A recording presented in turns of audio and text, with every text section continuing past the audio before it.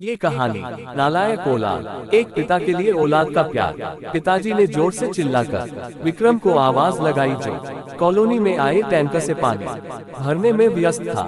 गर्मी के दिनों में पानी की किल्लत के कारण कुछ दिनों में ही टैंकर से पानी की आपूर्ति होती थी। आवाज सुनकर विक्रम बोला, आया पिताजी।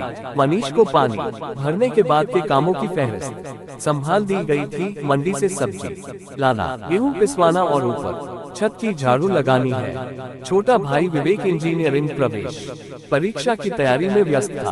पिताजी उसके कमरे में जाकर पढ़ाई का जायजा रोजाना लिया करते थे और उसकी हर समस्या का तत्काल समाधान हो जाता था। वैसे भी मनीष पढ़ाई में कुशाग्र था। विक्रम भी पढ़ाई में औसत दर्जे का छात्र रहा और उसने BA पैट 1 कर नौकरी की तलाश जारी कर दी थी। कुछ दिनों बाद विवेक का परिणाम आ चुका था और वह अव्वल रैंक के साथ इंजीनियरिंग कॉलेज में चयनित हो चुका था। घर पर छोटे बेटे की सफलता पर उत्सव का माहौल था। पिताजी ने पूरे मोहल्ले भर में मिठाई बंटवाई थी। पैसों की व्यवस्था कर छोटे बेटे का दाखिला इंजीनियरिंग कॉलेज में करवा दिया गया। अगले ही महीने बड़े बेटे विक्रम का भी बैंक में क्लर्क की पोस्ट पर चयन हो गया। पर आज घर में मां के सिवा किसी को भी इस सफलता पर बधाई देते हुए नहीं सुना गया। चूंकि पिताजी स्वयं प्रशासनिक अधिकारी पद से रिटायर हुए हैं तो उनके लिए ऐसी सफलताएं मायने नहीं रखती थी, या यूं कहें कि इस पर खुशी जाहिर करना भी उनकी शान में कमी करने जैसा था। मां ने विक्रम को गले से लगाया और आशीर्वाद भी दिया था। उसका मनपसंद गाजर का हलवा भी खाने में बनाया था। छोटी बहन अन्नू भी अपना रोल मॉडल मनीष भैया को ही मानती थी और अपनी पढ़ाई की सारी चर्चाएं भी उन्हीं से फोन पर करती थी। विक्रम ने कई बार छोटी बहन से पूछा था कि पढ़ाई में कभी दिक्कत हो तो पूछ लिया कर, पर उसने हंस कर बोल दिया कि भैया आपसे क्या पूछूं।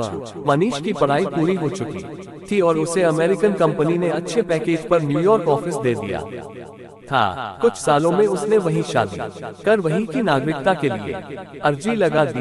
अब तो उसका घर आना भी वर्ष में एक ही बार होता था। विवेक ने फोन पर ही शादी की खबर भी 2 वर्ष बाद ही बच्चे होने की खबर के साथ ही घर पर दी थी। पिताजी अपमान के भाव को मन के अंदर की दफन कर खुशी से आशीर्वाद देने का अभिनय कर रहे थे। बाद में फोन के रिसीवर को मां को थमा सीधे अपने कमरे में चले गए। विक्रम ने मां की पसंद से ही शादी की और उसकी पत्नी घर की सारी जिम्मेदारियों को बखूबी निभा रही थी। पर कुछ दिनों से मां बीमार हो गई थी। डॉक्टर ने जांच कर बताया तो पता चला कि उनकी दोनों ही किडनी कमजोर है और कम से कम एक किडनी का ट्रांसप्लांट आवश्यक हो गया है। विशाल ने अपनी किडनी खुशी खुशी मां को दे दी थी। जब खबर विवेक तक पहुंची तो छुट्टी नहीं मिलने की मजबूरी बताकर आने में असमर्थता जता दिया। आज पहली बार पिताजी नालायक बेटे के गले लगकर फफक कर रो रहे थे। यह कहानी कैसी लगी, आप अपनी राय कमेंट में बताएं।